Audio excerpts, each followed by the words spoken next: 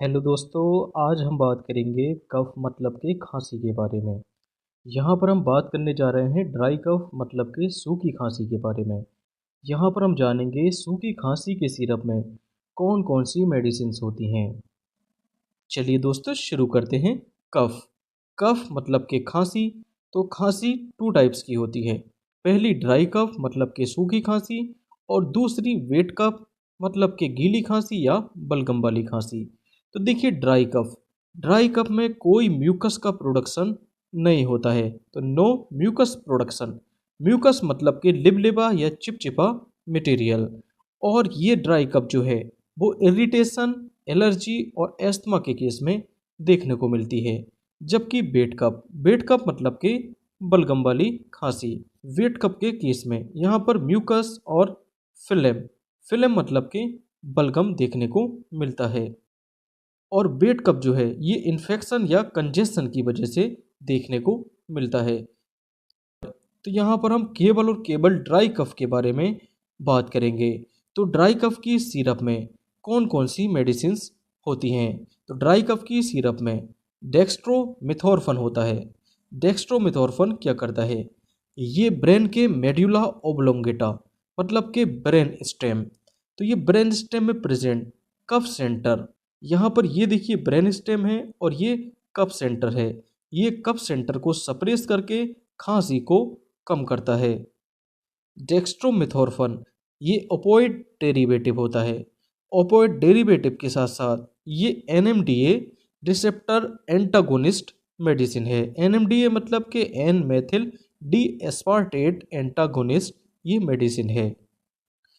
तो जैसे कि यहाँ पर देखिए हम डेक्स्ट्रोमेथोर्फन देख पा रहे हैं, तो इस सिरप में डेक्स्ट्रोमेथोर्फन है, तो इसका मतलब इस सिरप को ड्राई कफ में यूज़ करेंगे। तो डेक्स्ट्रोमेथोर्फन के अलावा कोडीन भी यहाँ पर प्रेजेंट होता है।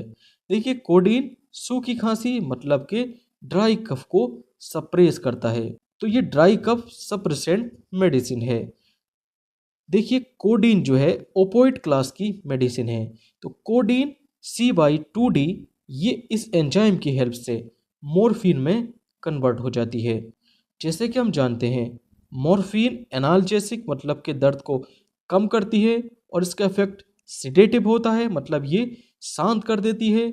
और इसको लेने के बाद यूफोरिया यूफोरिया मतलब जो इसको ले लेता है वो एक्साइटेड स्टेट में पहुंच जाता है। तो कोडीन इस एंजाइम की हेल्प से मॉर्फिन में कन्वर्ट होने के बाद ये अपना यूफोरिक इफेक्ट शो करती है।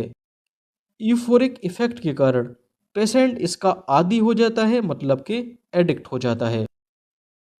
इसी के कारण कहीं मॉर्फिन का एडिक्शन ना हो जाए, इसी कारण से मोस्टली सिरप में कोडीन प्रेजेंट नहीं होती है। नेक्स्ट बात कर लेते हैं क्लोरफेरिनामाइन के बारे में। तो क्लोरफेरिनामाइन ये एक एंटी एलर्जिक और एंटी हिस्टामिन मेडिसिन होती है, जो रनी नोज मतलब कि बहती नाक, वाटरी आइज मतलब कि आंख से पानी निकलना, स्नीजिंग मतलब कि छींक, ये इनको दूर करती है। इसके अलावा फेनिरामाइन फेनिरामाइन का क्या काम होता है, ये नेसल कंजेशन को दूर करती है। नेसल कंजेशन मतलब कि ठसी नाक या धसी नाक को ये दूर करती है।